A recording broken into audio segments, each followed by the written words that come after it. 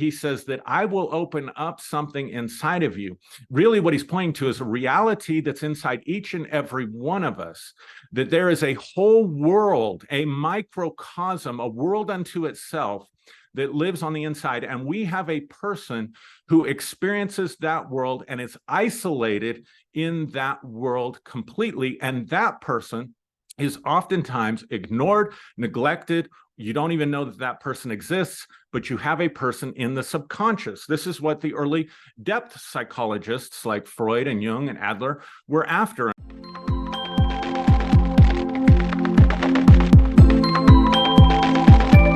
Hi, I'm Aaron Tomlinson, and welcome back to the channel. In this video, I want to talk about the woman at the well, a story from the Gospel of John, and what we can learn from it and how we can apply it to our lives today. Now, I don't want to read the whole passage for the sake of time, but I will tell the story in my own words from the Bible.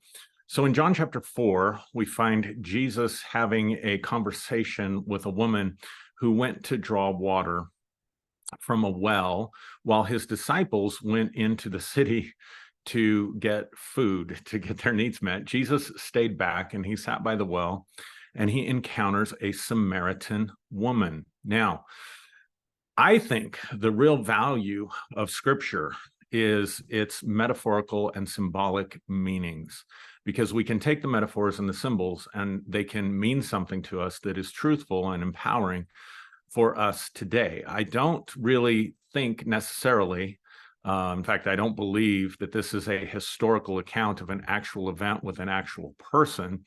I think that the writer of this book, whoever wrote the Gospel of John, because we know from biblical scholarship that it's not a firsthand eyewitness account.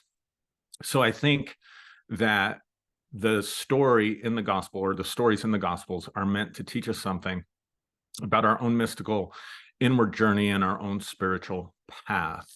And one of the reasons I say that is because the name of the place where Jesus went to meet with this woman at the well is a Greek word that means intoxicating drink. So we'll just translate it into English. Jesus went to the place of intoxicating drink and sat by a well. Well, what do you do with water? You drink it, right? But the conversation is really interesting, and the dynamics of the conversation are really interesting when put into its cultural context.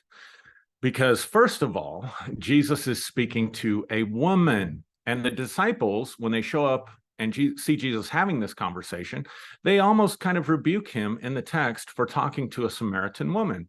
What was wrong with talking to a Samaritan woman? Well, the culture of that day, both Jewish and Greek, was rather sexist. It was rather misogynistic. Now, I know there are people today that are trying to rewrite history and recreate an event, or recreate the reality of the culture and the situation to try to rid the Bible of its sexism and make it more palatable to people today. But the truth is that both cultures were very misogynistic, and there were definite boundaries between relationships and talking to people of the other sex. For example, women were not allowed to learn the Torah. There's writings from that time period by Jewish teachers and sages who said that it's better to burn the Torah than to give it to a woman. So Jesus is violating that that moral value of the culture. It's scandalous that he's talking to this woman just because she's a woman. So that's the first thing. And then the second thing about the story is that she's a Samaritan. So enter racism or prejudice against other races. Jews, it says in the text actually, are to have no dealings with Samaritans. To have a dealing with a Samaritan was considered taboo. So Jesus, cultural boundaries and barriers of sexism and misogyny, and we see him crossing boundaries and barriers of national origins and races.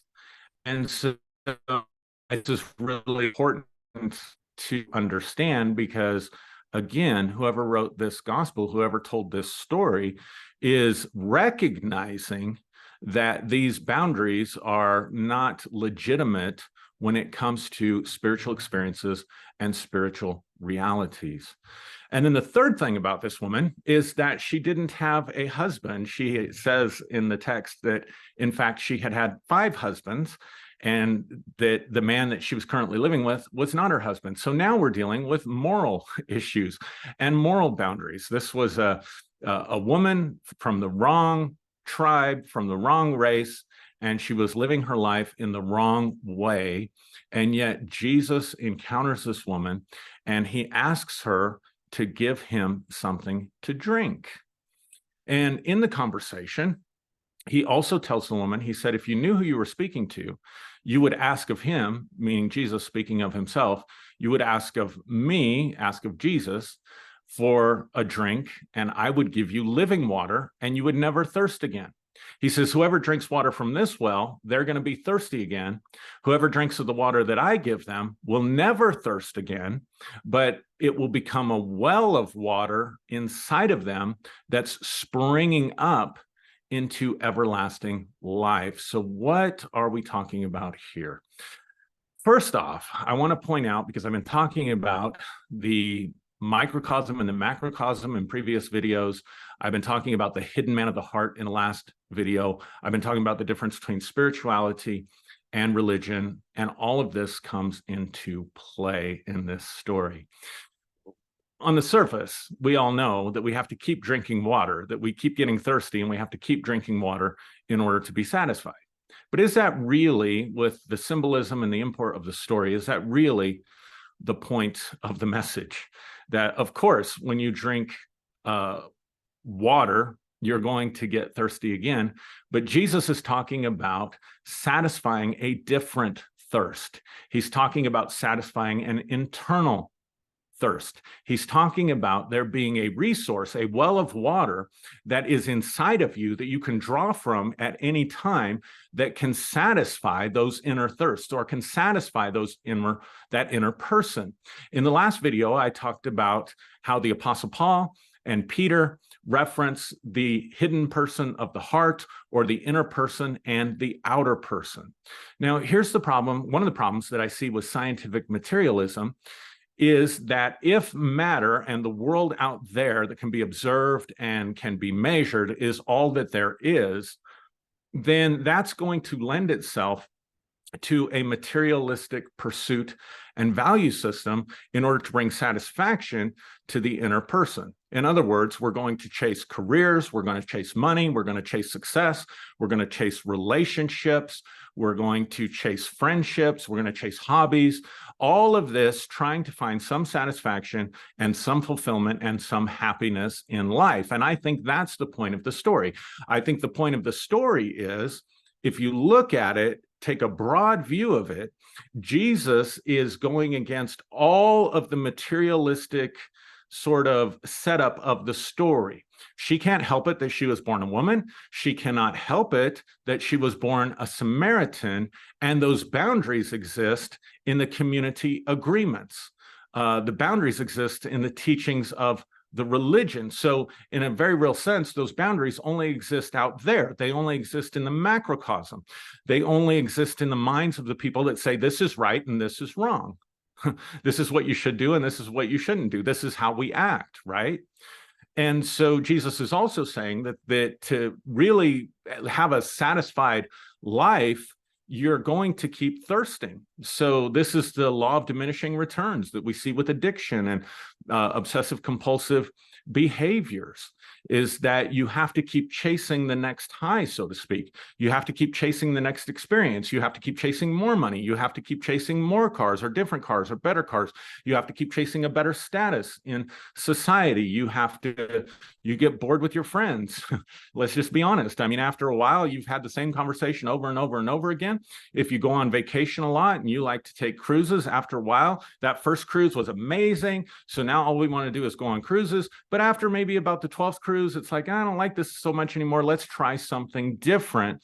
Because unlike water, which will always satisfy your thirst, when you're pursuing satisfaction and happiness in material things, those material things begin to lose their allure, and you have to up your game more and more and more. And ultimately, I think it leads to complete disillusionment. So what's the answer? So Jesus points her not to himself as the Savior or as the Messiah. He doesn't say you're going to have to believe in me in order to be saved. You're going to have to invite me into your heart. You're going to have to let me live. No, he says that I will open up something inside of you.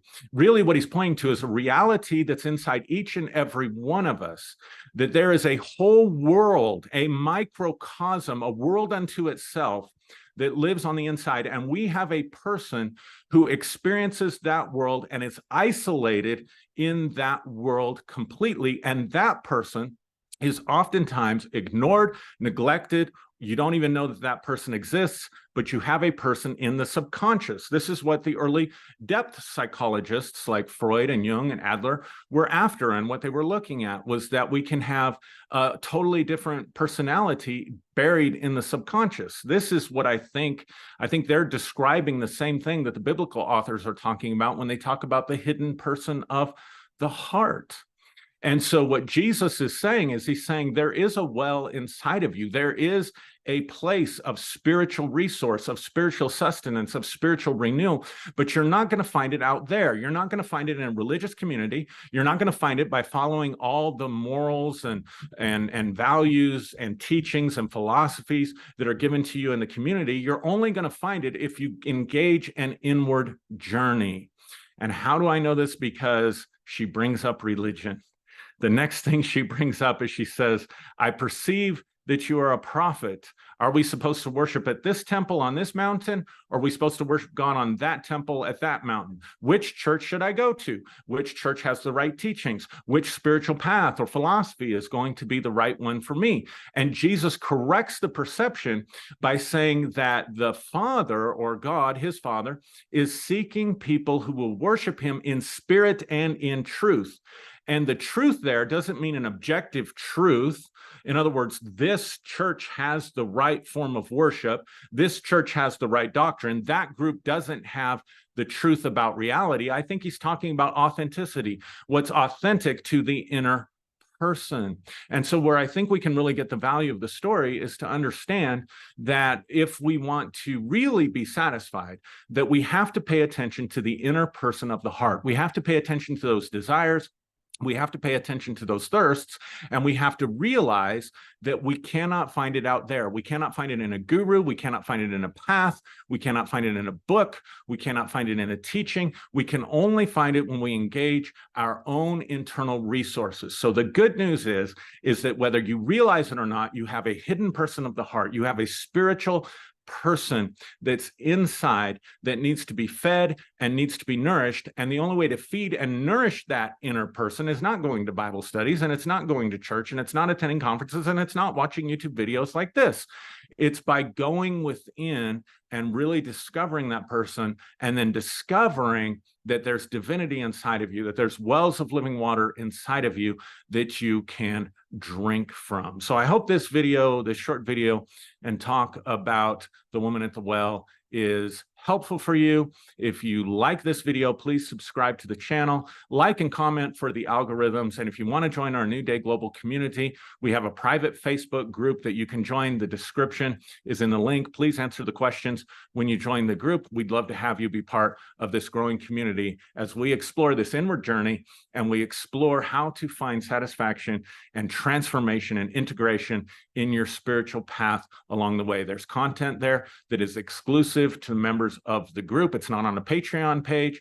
I'm not being supported in any way financially for doing this, but I've found, that there are people who are looking for this satisfaction, and I believe that all the members of the group have things of value to share about their personal journey that you might be interested in and that you might be able to take and integrate. So once again, thank you for watching the video. I'll see you next time. I hope that you're doing great.